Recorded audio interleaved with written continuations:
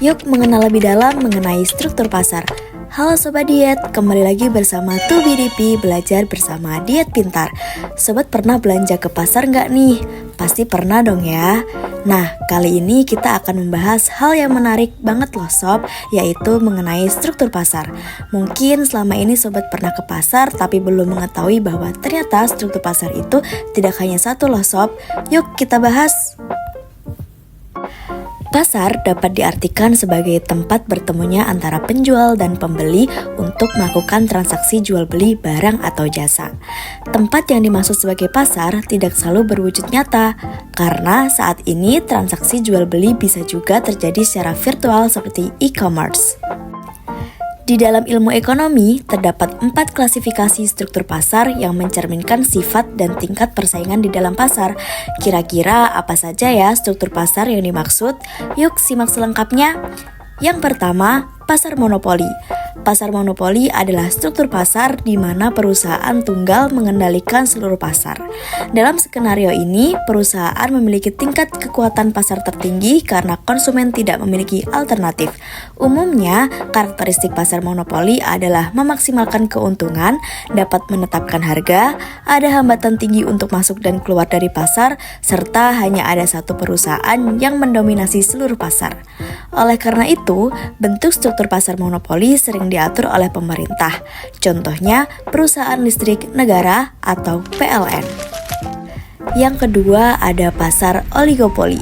Pasar oligopoli menggambarkan suatu struktur pasar yang didominasi oleh hanya sejumlah perusahaan kecil yang menghasilkan kompetisi terbatas. Adapun karakteristik dari struktur pasar oligopolistik adalah semua perusahaan memaksimalkan keuntungan, oligopoli dapat menetapkan harga, ada hambatan untuk masuk dan keluar di pasar, produk mungkin homogen atau berbeda, dan hanya ada beberapa perusahaan yang mendominasi pasar. Namun, hingga saat ini tidak ada yang mendefinisikan dengan jelas tentang jumlah perusahaan yang mendominasi pasar ini secara tepat. Umumnya, menggunakan 3 hingga 5 perusahaan dominan sebagai patokan pasar oligopoli ini. Contoh pasar oligopoli dapat kita lihat pada pasar untuk perangkat konsol game. Pasar ini didominasi oleh 3 perusahaan kuat yaitu Microsoft, Sony, dan Nintendo. Itu membuat mereka semua memiliki kekuatan pasar yang signifikan. Yang ketiga adalah pasar monopolistik. Pasar monopolistik adalah struktur pasar di mana sejumlah besar perusahaan kecil bersaing satu sama lain. Karakteristik pasar monopolistik ini diantaranya adalah semua perusahaan memaksimalkan keuntungan, bebas masuk dan keluar dari pasar, perusahaan menjual produk yang berbeda, terdapat diversifikasi produk, dan konsumen dapat lebih memilih satu produk daripada yang lain. Yang keempat adalah pasar persaingan sempurna. Pasar persaingan sempurna menggambarkan struktur pasar di mana sejumlah besar perusahaan kecil bersaing satu sama lain.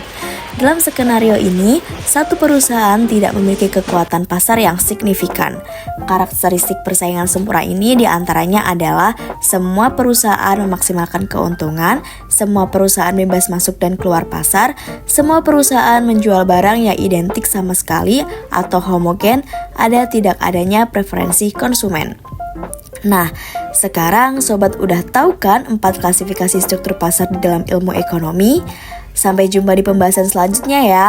Jangan lupa subscribe Diet Pintar. Terima kasih Sobat.